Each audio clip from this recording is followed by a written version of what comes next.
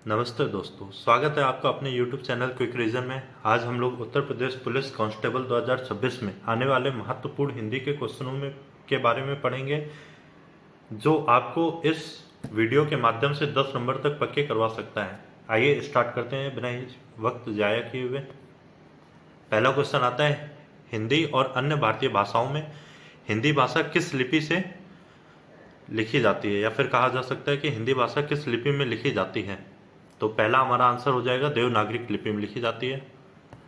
अगला क्वेश्चन आता है हमारा, हिंदी वर्णमाला में ऊष्म व्यंजन कौन कौन से हैं। तो ऊष्म व्यंजन सा सा सा हा, ऐसे व्यंजन जिनके उच्चारण के समय हमारे मुख से गर्म वायु निकलती है उसे ऊष्म व्यंजन कहते हैं, याद रखिएगा।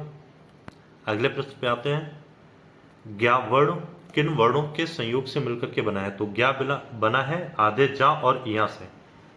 ज्ञा वर्ण किसमें आता है,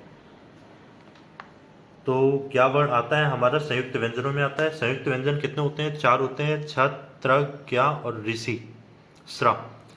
छत्र किससे बनता है, आधे का और षटकोण वाले सा से बनता है। यह इंपॉर्टेंट है और 2 बार पूछा जा चुका है। अगले क्वेश्चन पर आते हैं हम लोग, तत्सम और तद्भव के बारे में पूछा गया, निम्नलिखित में से कौन सा शब्द तत्सम है। तत्सम मतलब कि संस्कृत भाषा का शब्द है, आप लोग इस चीज को याद रखिएगा। जो चीजें संस्कृत में पूछी जाए उसे तत्सम बोल सकते हैं, या फिर संस्कृत का रूप दिखे जिसमें उसे तत्सम बोल सकते हैं। तो इसका सही आंसर हो जाएगा अश्रु। तत्सम शब्दों के पहचान के बारे में हम लोग थोड़ा सा देखेंगे। तत्सम शब्द जिसमें कि आधा सा, स्रा, षटकोण वाला सा, ऋषि, छत्र, ज्ञा, उड़ंता रा और चांदबिंदी और अड़ा, ये चीजें जिसमें भी देखना उनको तत्सम सीधे लगा देना। अगले क्वेश्चन पर आते हैं, विदेशी शब्द रिक्शा। रिक्शा किस भाषा का शब्द है। तो रिक्शा हमारा हो जाएगा जापानी भाषा का शब्द हो जाएगा। इसी हिसाब से कुछ देशज विदेशज शब्द आप लोग याद रखिएगा जो कई बार पूछे जाते हैं। देशज देशज शब्द में आता है जैसे कौड़ी, ढोंगी, झाड़ू, पेड़, निगोड़ा, खिचड़ी। यह महत्वपूर्ण प्रश्न है जो कई बार पूछे गए हैं। विदेशी भाषा में जैसे कुछ शब्द देखेंगे, फारसी में आता है जैसे सरकारी दफ्तर, सरकार, दफ्तर, खजाना, तहसील, दस्तावेज, जमीन, जागीर, बंजर, माल, मजदूर, आज़ादी, उम्मीदवार, अखबार। ये फारसी भाषा के शब्द हैं। अरबी भाषा के शब्द देखेंगे जैसे महत्वपूर्ण है, महल, हौसला, हमला, हुक्म, हैजा, हद, हाल, नगद, नकल, नहर, नक्शा, नाल। ये हमारे हो जाते हैं अरबी भाषा के शब्द। तुर्की भाषा के शब्द कौन से होते हैं, तो तुर्की भाषा में उर्दू आता है, ध्यान रखिएगा, उर्दू तुर्की भाषा में आता है। तो उर्दू, बेगम, मुगल, लफंगा, लाश, ये तुर्की भाषा के शब्द हैं। अंग्रेजी भाषा के शब्द आप लोग जानते ही हैं जैसे कि अफसर, इंजन, डॉक्टर, लालटेन। लालटेन कई बार पूछा गया है, ध्यान रखिएगा, ये 2 दिसंबर 2021 के सेट में पूछा गया था। अस्पताल, टिकट, अपील। अपील जो शब्द है वो अंग्रेजी भाषा का शब्द है और ये उत्तर प्रदेश पुलिस 16 नवंबर 2021 में पूछा गया शब्द है। ये पुर्तगाली शब्द में आते हैं जो कई बार पूछे जाते हैं जैसे कि अनानास, आल्पिन, अलमारी, बाल्टी, सागू, काजू, किशमिश, गमला, गोदाम।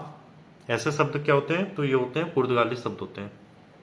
अगले प्रश्न पे आते हैं, कमल। कमल का पर्यायवाची शब्द नहीं है। आप लोग प्रश्न का बहुत ही गौर से ध्यान दीजिएगा क्योंकि क्या पूछा जा रहा है और उसमें क्या आंसर दे रहे हैं आप लोग, ये बहुत ही इंपॉर्टेंट होता है। नहीं है मतलब कि उनमें से एक आंसर सही होगा और बाकी क्या होंगे, गलत होंगे। तो कमल का पर्यायवाची शब्द नहीं है तो जलद नहीं है। बाकी पंकज, सरोज, राजीव, ये सब क्या है, पर्यायवाची है। अगले प्रश्न पर आते हैं, अनल। अनल का पर्यायवाची क्या है, तो अनल का पर्यायवाची अग्नि हो जाएगा हमारा, सी नंबर सही हो जाएगा। अगले प्रश्न पे आते हैं, स्थावर का सही विलोम शब्द क्या है। स्थावर का सही विलोम शब्द आप लोग कमेंट में आंसर देते जाएंगे, जंगम। अगले प्रश्न पे आते हैं, अवर का विलोम शब्द क्या है। अवर का विलोम शब्द हो जाएगा प्रवर। अगले प्रश्न पे आते हैं, प्रश्न संख्या 10 है, कर शब्द का अर्थ निम्नलिखित में से क्या नहीं है? कर मतलब हाथ, किरण, टैक्स, ये सारे कर में आ जाएंगे, लेकिन सूर्य कर में नहीं आएगा। तो इसका सही आंसर हमारा डी हो जाएगा। अगले क्वेश्चन पे आते हैं। जो शब्द कुछ जानता हो, जो सब कुछ जानता हो, उसे क्या कहेंगे? जो सब कुछ जानता हो उसे सर्वज्ञ कहेंगे। बी नंबर हमारा सही आंसर हो जाएगा। प्रश्न संख्या 12 पर आते हैं हम लोग। जिसका इलाज ना हो सके, इसका सही उपयुक्त शब्द क्या हो जाएगा? तो इसका हो जाएगा असाध्य। अगले प्रश्न पर आते हैं। प्रश्न संख्या 13। निम्नलिखित में से शुद्ध वाक्य का चयन कीजिए। मुझे बहुत आनंद आती है, आती है कोई शब्द नहीं होता है, ठीक है।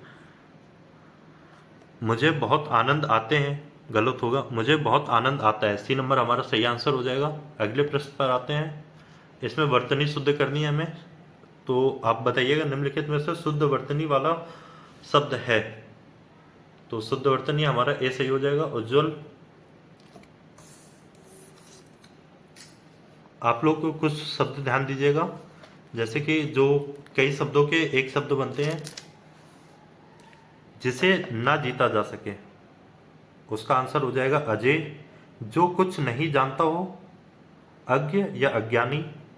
किसी वस्तु को प्राप्त करने की तीव्र इच्छा, अभिप्सा। जो विधि या कानून के विरुद्ध हो, तो अवैध या गैर कानूनी कहा जाएगा उसे। जिसका विभाजन नहीं किया जा सके, अविभाज्य होगा। ज्ञात या कल्पित तथ्यों के आधार पर किया गया निर्णय, अध्याहरण हो जाएगा। इसी प्रकार से कुछ वाक्य आप लोग और याद करिएगा। आप लोग सुनते जाइए और एक एक बार दोहराते जाइएगा। जिसका अनुभव किया गया हो, अनुभूत होता है। जिसकी आशा ना की गई हो, अप्रत्याशित हो जाएगा। दोपहर के बाद का समय, बहुत इंपॉर्टेंट क्वेश्चन है, कई बार पूछा गया है। दोपहर के बाद का समय, अपराह्न, अपराह हो जाएगा। जिसको कभी बुढ़ापा ना आए, अजर हो जाएगा। जो पढ़ा ना गया हो, अपठित। ठीक है, वर्तनी पे आते हैं अब अपन लोग। तो निम्नलिखित में से शुद्ध वर्तनी हम लोगों ने अभी बताया, उज्ज्वला हो जाएगा इसका।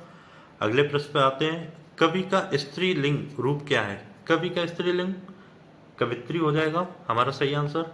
अगले पे आते हैं। चिड़िया शब्द का बहुवचन क्या होगा? चिड़िया का बहुवचन चिड़िया हो जाएगा। वचन, वचन हमारे दो प्रकार के होते हैं, कौन कौन से? एक वचन और बहुवचन, याद रखिएगा। सदा बहुवचन वाले शब्द कुछ होते हैं जो कई बार पूछे जाते हैं, जैसे कि दर्शन आएगा तो ये बहुवचन है। प्राण बहुवचन है। हस्ताक्षर बहुवचन है। होश, बाल, समाचार बहुवचन है। लोग बहुवचन है। आंसू बहुवचन है। ओठ बहुवचन है। ये शब्द क्या होते हैं? बहुवचन होते हैं। और जो सदैव एक वचन होता है वो भी आप लोग ध्यान रखिएगा, जैसे पानी एक वचन है। दूध, लोहा, भीड़ एक वचन है। सोना, चांदी, जनता एक वचन है। वर्षा एक वचन होगी हमारी। सहायता एक वचन होगी। जैसे दल, झुंड, टोली, ये सब हमारे एक वचन में यूज होते हैं, याद रखिएगा ये बातें आप। आते हैं कारक में। हे राम तुम कहाँ हो, इस वाक्य में कौन सा कारक है? कारक देखिए, कारक कर्ता ने कर्म को करण से के द्वारा संप्रदान के लिए को अपादान से अलग होने का अर्थ प्रकट करेगा, याद रखिएगा। संबंध का की के रा री रे, वाक्य के बीच में का की के रा री रे आए तो संबंध कारक हो जाएगा। अधिकरण में पर संबोधन, अरे, हे राम, अहो, रे, ये संबोधन में आएगा। अगर किसी भी चीज के बीच में, किसी भी वाक्य या किसी भी शब्द के बीच में संबोधन चिन्ह आता है तो उसे क्या कहेंगे? विस्मयादिबोधक चिन्ह आता है तो उसको हम संबोधन कारक कहेंगे। तो इसका हमारा सही आंसर क्या हो जाएगा? संबोधन कारक हो जाएगा। कारक के प्रकार पूछे तो आप लोग कमेंट में बताइए कारक के कितने प्रकार होते हैं। बहुत सही। अब हम लोग इसी प्रकार से आगे बढ़ते हैं अगले प्रश्न पर। संज्ञा, बुढ़ापा। बुढ़ापा शब्द में कौन सी संज्ञा है? बुढ़ापा हमारी हो जाएगी भाववाचक संज्ञा। तो हमारा इसका सही आंसर क्या हो जाएगा? बी हो जाएगा, भाववाचक संज्ञा। संज्ञा के भेद, एक प्रश्न आता है, बहुत ही महत्वपूर्ण होता है, संज्ञा के भेद कितने होते हैं? तो संज्ञा के 5 भेद होते हैं। कौन कौन से? जातिवाचक संज्ञा, व्यक्तिवाचक संज्ञा, समूहवाचक संज्ञा, भाववाचक संज्ञा और द्रव्यवाचक संज्ञा। जातिवाचक संज्ञा क्या होता है? जिन संज्ञाओं से एक ही प्रकार की वस्तु अथवा व्यक्ति का बोध होता है उसे जातिवाचक संज्ञा कहते हैं। जैसे मानव, पर्वत, नदी। याद रखिएगा। व्यक्तिवाचक संज्ञा, जिस शब्द से किसी एक वस्तु व्यक्ति का बोध होता है तो उसे क्या कहते हैं? व्यक्तिवाचक संज्ञा कहते हैं। आगे आते हैं इसी प्रकार से। अगला प्रश्न हमारा बनता है, दरवाजे पर कोई खड़ा है, वाक्य में कोई किस प्रकार का सर्वनाम है? कोई निश्चय नहीं कर रहा है, कौन है, क्या है, तो अनिश्चयवाचक हो जाएगा। अगर वह दरवाजे पर खड़ा है कहता तो निश्चयवाचक सर्वनाम हो जाता। अगले प्रश्न पे आते हैं, मीठा अमरूद में मीठा किस कोटि का विशेषण है? मीठा गुण बता रहा है हमें। किसी भी, जैसे कि अमरूद का हमें गुण बता रहा है, अमरूद का हमें क्या बता रहा है? गुण बता रहा है। तो गुण क्या है? उसकी गुणवत्ता प्रदर्शित कर रहा है, तो गुणवाचक संज्ञा विशेषण हो जाएगा हमारा। अगला आता है, राम पुस्तक पढ़ता है, इसमें कौन सी क्रिया है? राम पुस्तक पढ़ता है, इसमें कौन सी क्रिया है? आप लोग आंसर कमेंट करते जाइए जल्दी जल्दी। इसका हमारा सही आंसर हो जाएगा सकर्मक क्रिया है। सकर्मक क्रिया क्यों सही आंसर हो जाएगा? क्योंकि इसमें राम पुस्तक पढ़ता है। राम क्या पढ़ता है? तो बताया जा रहा है पुस्तक पढ़ता है, और जिसमें हमें ज्ञात नहीं हो कि क्या पढ़ रहा है, क्रिया के बारे में क्लियर नहीं बताया जाए, तो उसका हम लोग अकर्मक कहेंगे, लेकिन इसका सही आंसर सकर्मक हो जाएगा। आगे आते हैं, काल। वह खेल रहा था, खेल रहा था, पहले खेल रहा था, खेलना बंद कर दिया है, काम खत्म हो गया है, तो पूर्व भूतकाल हो जाएगा। अगर खेल रहा था और अभी भी खेल रहा है, मतलब कि वह खेल रहा है, मतलब पूर्व भूतकाल, पहले भी खेल रहा था, अभी भी खेल रहा है, मतलब कि अपूर्ण भूतकाल हो जाएगा। आगे आते हैं 23 नंबर पर, मुझे चला नहीं जाता, इस वाक्य में कौन सा वाच्य है? आंसर दीजिए आप लोग, जल्दी जल्दी कमेंट पे आंसर देते जाइए। भाववाच्य हो जाएगा हमारा इसमें। अगला प्रश्न आते हैं 24 नंबर, अरे यह क्या हो गया, इसमें कौन सा अव्यय है? लगे रहिए, जल्दी जल्दी बताते जाइए। इसमें सही आंसर विस्मयादिबोधक हो जाएगा। अगला प्रश्न आता है 25 नंबर, अधिकार शब्द में कौन सा उपसर्ग प्रयुक्त होता है? अधिकार। आप एक चीज ध्यान दीजिएगा, उपसर्ग को जब अलग करेंगे तो लास्ट में जो भी शब्द बचेगा या बनेगा तो वो मूल शब्द होगा। ऐसा नहीं कि उसका कोई शब्द बन ही नहीं रहा है और आपने कर दिया। जैसे आपने उपसर्ग बता दिया और धिकार कोई शब्द नहीं होता है। तो ध्यान रखिएगा, अधिकार में हमारा उपसर्ग क्या हो जाएगा? अधि हो जाएगा। आगे बढ़ते हैं, प्रत्यय। लेखक शब्द में अंत में कौन सा प्रत्यय लगा हुआ है? तो लेखक अक प्रत्यय लगा है, डी नंबर हमारा सही आंसर हो जाएगा। संधि बताना है, विद्यालय शब्द में कौन सी संधि है? विद्या धन आलय, यड़ संधि है, बहुत सही।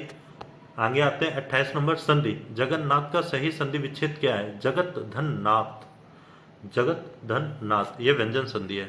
ध्यान रखिएगा, इसमें संधि भी पूछ सकता है, कौन सी संधि है। अगला प्रश्न है हमारा समास। यथाशक्ति में कौन सा समास है? आंसर दीजिए, फटाफट आंसर देते हुए चलिएगा साथ में। हमारा अव्यय भाव समास है। आगे आते हैं, चौराहा शब्द में कौन सा समास है? चौराहा, चार हो जिसमें राह, चौराहा, ठीक है। इसका सही आंसर क्या हो जाएगा? आप लोग बताइए। द्विगु समास। देखिए एक चीज ध्यान रखिएगा, जहां पे नंबर की बात करें, चौराहा, दोराहा, तिराहा, 10 मुख, 3 मुख, त्रिदेव, ऐसे शब्द जो हमें संख्या को प्रदर्शित करते हैं वो हमेशा द्विगु समास होंगे।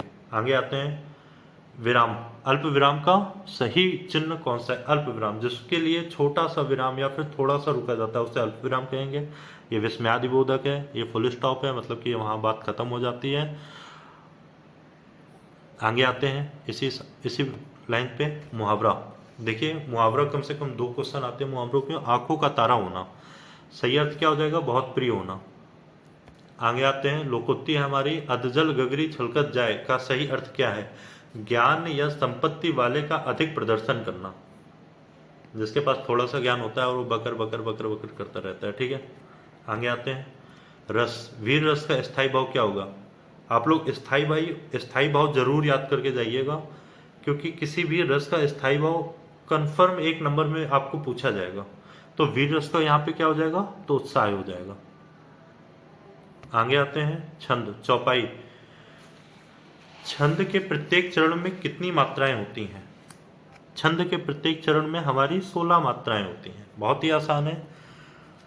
सममात्रिक छंद कौन कौन से होते हैं? बहुत ही महत्वपूर्ण क्वेश्चन है, याद रखिएगा। चौपाई, रोला, हरिगीतिका, ये क्या होते हैं? सममात्रिक छंद होते हैं। चौपाई में 16 मात्राएं, रोला में 11 13 11 13, मतलब टोटल एक पंक्ति में 24 मात्राएं होती हैं।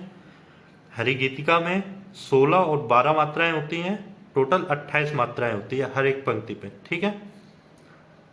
अर्धमात्रिक छंद किसे किसे कहते हैं? तो अर्धमात्रिक छंद में आता है जैसे दोहा, सोरठा, बरवे।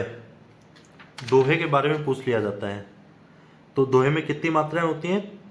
पहले और तीसरे चरण में 13 और 11 मात्राएं होती हैं, याद रखिएगा। आगे आते हैं अलंकार। तरन तरुजा तट तमान तरवर बहुत छाए। अब इसमें देखिए ता ता ता ता ता ता कर रहा है, तो इसका मतलब हो जाएगा अनुप्रास अलंकार। बहुत ही आसान था। हमारा अगला प्रश्न आता है, पत्र एवं पत्रिकाएं, हंस पत्रिका के संस्थापक या संपादक कौन है? तो इसके संपादक हमारे हो जाएंगे मुंशी प्रेमचंद। मुंशी प्रेमचंद की कई बार कविताएं, उनके पत्र पत्रिकाएं, ये चीजें पूछी जाती हैं, तो एक बार अलग से इनका रचनाएं याद करिएगा। अगला प्रश्न है हमारा 38, ज्ञानपीठ पुरस्कार किस क्षेत्र में उत्कृष्ट योगदान के लिए दिया जाता है? तो साहित्य में दिया जाता है। अगला प्रश्न 39, प्रसिद्ध उपन्यास गोदान किसकी रचना है? आप लोग कमेंट करिए इसका आंसर। मुंशी प्रेमचंद, बहुत सही। अगला प्रश्न आता है हमारा, यह हमारा सेट का आखिरी प्रश्न है, तो आप लोग इस वीडियो को कम से कम 1 से 2 बार देखिएगा, अपने दोस्तों के साथ शेयर करिएगा। और मैं दावे के साथ कहता हूँ, आप लोग 8 तारीख का पेपर दे के आइए और इस पेपर से मिलाइएगा। हिंदी के कम से कम 6 से 7 क्वेश्चन इस पेपर से आएंगे। और अगले प्रश्न क्या है हमारा, माधुर्य गुण किस रस में मुख्य रूप से पाया जाता है? आप लोग इसका कमेंट में आंसर दे करके जाएंगे, हर एक व्यक्ति कमेंट में आंसर देते हुए जाएगा। और देखते हैं 8 तारीख को क्या होता है। पेपर दे के आइए आप लोग, मिलते हैं फिर उसके बाद आपसे। जय हिंद, जय Bharat. Thank you for watching this video.